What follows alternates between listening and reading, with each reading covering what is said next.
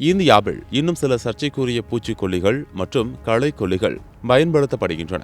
அவற்றில் பாரக்வாட், glyphosate, 2,4-டைக்ளோரோபினாக்சி acetic அமிலம், எஸ்பேட், dimethoate போன்றவை முக்கியமான. பாரக்வாட் உலகின் 70க்கும் மேற்பட்ட நாடுகளில் தடை செய்யப்பட்டுள்ளது. இது மிகவும் நச்சுத்தன்மை கொண்டது. நுரையீரல், சிறுநீரகம் பாதிப்பு மற்றும் பார்க்கின்சன் நோய் அபாயத்துடன் தொடர்புள்ளதாக கூறப்படுகிறது. ஆனால் இன்னும் இந்திய வயல்களில் இது பயன்படுத்தப்படுகிறது.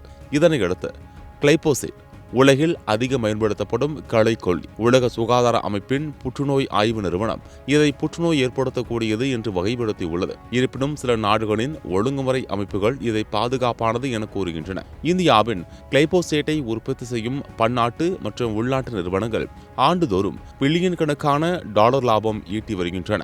இதனைத் தொடர்ந்து 2,4-டைக்ளோபினாக்சி அசிட்டிக் அமிலம் என்பது வியட்நாம் போரில் பயன்படுத்தப்பட்ட ஏஜென்ட் ஆரஞ்சின் ஒரு கூறு. இது இந்தியாவில் கோதுமை, நெல், மக்காச்சோளம், கரும்பு போன்ற பயிர்களில் பரவலாக பயன்படுத்தப்படுகிறது. இதையும் உலக சுகாதார அமைப்பின் புற்றுநோய் ஆய்வு நிறுவனம் புற்றுநோய் ஏற்படுத்தக்கூடியது என்று வகைப்படுத்தியுள்ளது. இதைத் தொடர்ந்து டைமெத்தோயேட் பூச்சிக்கொல்லி ரசாயனம் சில நாடுகளில் தடை செய்யப்பட்டுள்ளது. இது DNA பாதிப்பு குறித்த கவலைகளை எழுப்பியுள்ளது. மேலும் எஸ்பேட் பூச்சிக்கொல்லி ரசாயனம் தேனீக்கள் போன்ற மகரந்த சேர்க்கை செய்யும் உயிரினங்களுக்கு பாதிப்பு ஏற்படுத்தக்கூடும். இதனால் விவசாய உற்பத்தியும் சுற்றுச்சூழலும் பாதிக்கப்படலாம். இந்தியாவில் இது இன்னும் பதிவு செய்யப்பட்டு பருத்தி மற்றும் பிற பயிர்களில் அசுவினி, ஜாசிட், த்ரிப்ஸ், வெள்ளையி போன்ற பூச்சிகளை அழிக்க விவசாயிகளால் பரவலாக பயன்படுத்தப்படுகிறது. இந்த மருந்து குறைந்த செலவில் பயிர்களை பாதுகாக்க உதவுகிறது.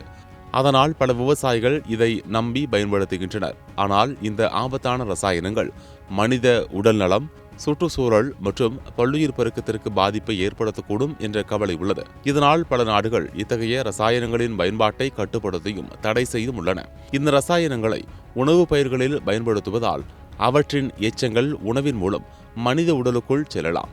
ஐரோப்பிய ஒன்றியம் கடந்த 2 ஆண்டுகளில் பூச்சிக்கொல்லி மற்றும் கன உலோக எச்சங்கள் காரணமாக நூற்றுக்கணக்கான இந்திய பொருட்களை நிராகரித்துள்ளது. பல நாடுகள் ஆபத்தானவை என்று கருதி தடை செய்து அல்லது கட்டுப்படுத்திய ரசாயனங்கள் ஏன் இன்னும் இந்தியாவில் பயன்படுத்தப்படுகின்றன?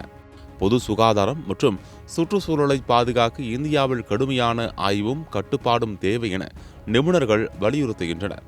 ஆனால் இந்த ரசாயனங்கள் இந்தியாவில் பயன்படுத்தப்படுவதற்கான காரணம் இந்த பூச்சிக்கொல்லிகள் இல்லாமல் விவசாயம் செய்வது கடினம். தடை செய்தால் விளைச்சல் குறையலாம், விவசாயிகளின் செலவு அதிகரிக்கலாம், பூச்சி தாக்குதலால் பயிர் சேதம் ஏற்படலாம் என தெரிவிக்கின்றனர். இதற்கு மாறாக ஐரோப்பா போன்ற நாடுகளில் பாதுகாப்பற்றதாக கருதப்படும் சில ரசாயனங்கள் இந்தியாவில் இன்னும் பயன்படுத்தப்படுகின்றன. இதனால் மக்கள் உடல்நலம் மற்றும் சுற்றுச்சூழல் பாதிக்கப்படலாம். பாதுகாப்பான மாற்று வழிகளுக்கு மாற வேண்டும் என்று நிபுணர்கள் வலியுறுத்துகின்றனர். இந்திய விவசாயிகளின் தேவைகளையும் மக்களின் உடல் நலத்தையும் சுற்றுச்சூழல் பாதுகாப்பையும் எப்படி சமநிலைப்படுத்தப் போகிறது என்பதை முக்கியமான விவாதமாக உள்ளது. ஆபத்தான ரசாயனங்களை உடனடியாக தடை செய்வதா அல்லது படிப்படியாக பாதுகாப்பான மாற்றுகளுக்கு மாறுவதா என்பதை அரசு முடிவு செய்ய வேண்டும். இந்திய மக்களின் உயிரும் உடல் நலமும் உலகின் எந்த நாட்டினரின் உயிருக்கும் சமமான மதிப்புடையது. அது குறைவானது அல்ல. அதனால் அறிவியல் ஆதாரங்களை அடிப்படையாக கொண்டு விவசாயிகளுக்கு பாதிப்பு இல்லாத வகையில் பாதுகாப்பான விவசாய முறைகளுக்கு மெதுவாக மாறுவது அவசியம் என்று நிபுணர்கள் வலியுறுத்துகின்றனர்.